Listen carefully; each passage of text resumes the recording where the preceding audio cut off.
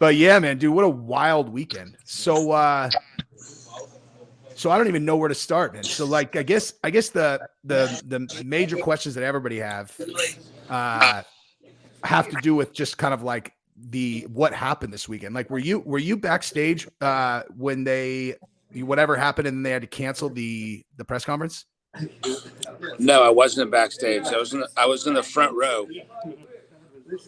Nice. So, and then they just said they just said like they were going to get into it, and so they just canceled it. I think what happened is Dana kind of read the room a little bit. You know, it's not what had taken place. What took place was Kamzat was being a weirdo the whole time. By the way, he was being a weirdo just the whole entire time. You know, starting arguments with Paulo Costa. He had pushed the PI. He had pushed Holland. You know, he was just doing stuff, and he was just almost like he wanted to get pulled out of the fight. I don't know what he was doing. You know what I mean? And so there was a little bit of that backstage. But what happened was Nate showed up with like a crew. You know, dude, people texted me he had 50 people with him. Is what they said. He had at least 50. You know, and then you had the crowd and everything. You had all these guys wearing black, and they were concerned. And Dana looked out in the crowd, and he figured the Kamzat with Nate was going to be, you know, maybe someone's going to push somebody, and then there was going to be all hell was about to break loose. You know what I mean? Yeah. Which was probably right. So I think that really spooked him. He was looking out, and it's like, oh, we got this crazy Stockton team here. It was rowdy, and he was concerned, so he didn't want something to jeopardize the fight. That's smart. That's so funny. Your guys' crew is so ill that they'll cancel it before anything even happens, dude. They'll just take a look, and visually they're like, oh man, this is going to be a riot. Yeah. You know, and the funny thing is like, you know, like pretty much people are professionals and stuff, but for sure they were going to back up Nate, you know, in that. Yeah, definitely. Yeah, I texted a couple people I remember before maybe Wednesday. And I was like, hey, what do you think the odds of these guys getting through the press conference, weigh-ins, etc., without either Kamzat or Nate, like physically like going after each other? I was like, because I'll give you 5-1 against that, because someone's gonna put a hand on somebody. Yeah, you're probably right, and that's why they wanted to, you know, make sure that didn't happen. Yeah. Dude, I think that, did you see, you know, like I was literally just doing a video about this. Did you see that Nate submitted Ferguson at 209 of the fourth round? Yeah, I did. It was pretty cool. That's so crazy, man. What are the odds? It is. I mean, one in a million or something. Yeah. And of course, that was so fitting. It was funny. Yeah. You know, the whole 209 thing was pretty cool. Totally.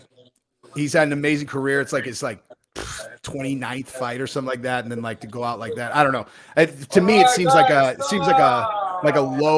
sign that it's unlikely he's going to come back to the UFC, just because that's such a perfect ending. I mean, I would love to see him come back, fight Conor, whoever that they wanted to do, but like if he didn't, that would be an amazing end.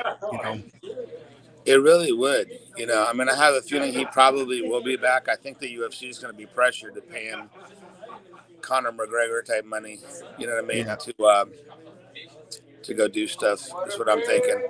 Yeah, because I think the fans are going to demand it. I mean, you know, he really brings a lot of energy to that show, and you know, yeah.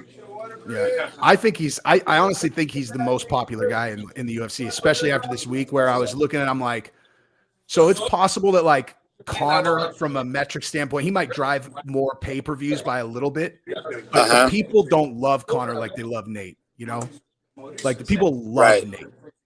You know? Yeah, they really do. He's very entertaining, and you know, people like the realism. There's no show to it really. It's just what you see is what you get, because that's how he is at home. And I got an interesting thing to tell you. It's like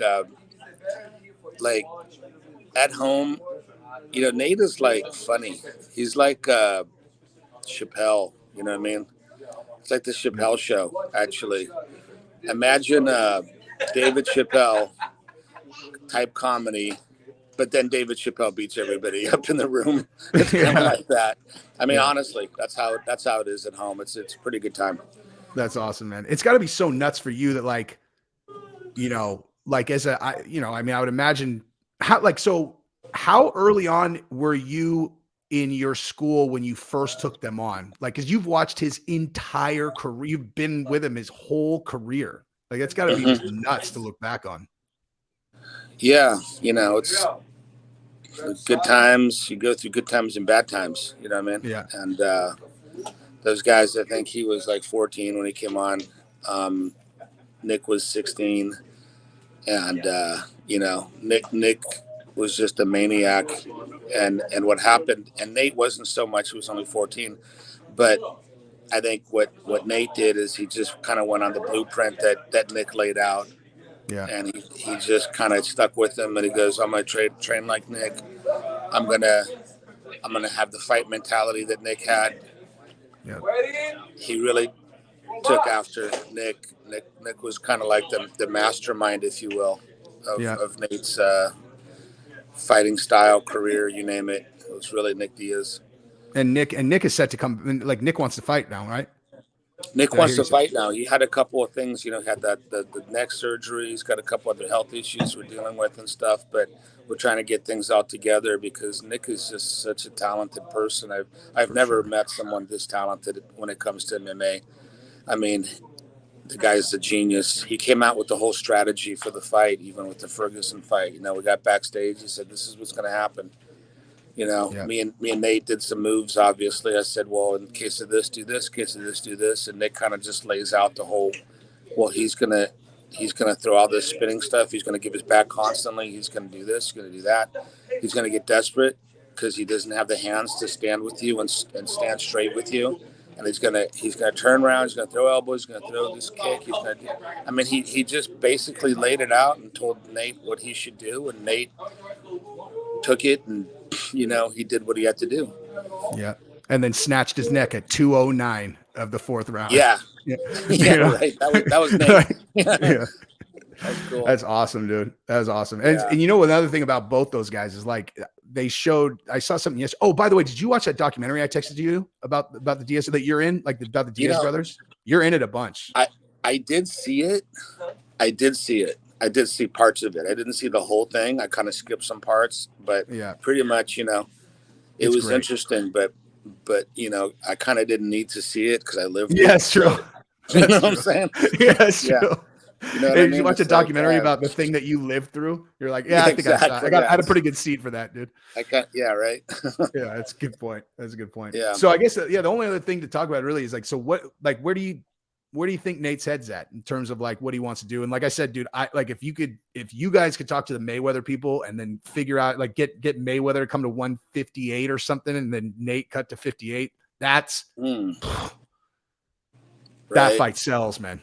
That fight sells. Yeah, no, that'd be huge. I think that'd be a tough fight for Mayweather. I mean, well, it's just because the size. Nate is not little. He's tall. He's 6'1" or whatever he is, and Mayweather is the best defensive boxer.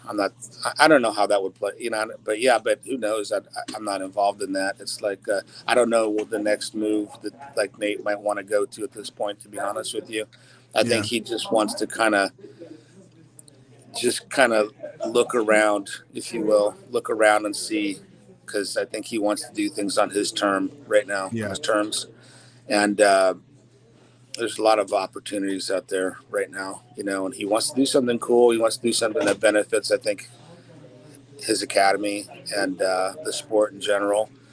And like, I think, from what he's been saying, I think he sees himself eventually, fighting in the UFC again for I don't know how many fights, but, doing something, because like he said, the best guys are signed there. And I know that Nate has always wanted to fight the best guys. Even when he fought Leon Edwards, he had a choice. I forgot that dude's name, the Brazilian guy, and Leon Edwards, for example. Luque, right? Whoop.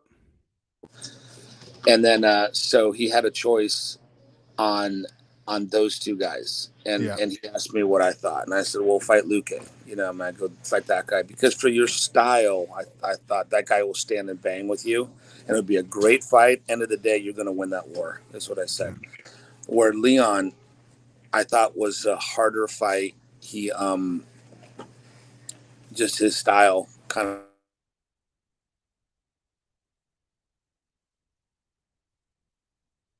basically by there, yeah. So he just basically said, "Hey, I want to fight the higher ranked guy. I want to fight the tougher guy. I want." I was just like, I'm like, Yeah. all right, man.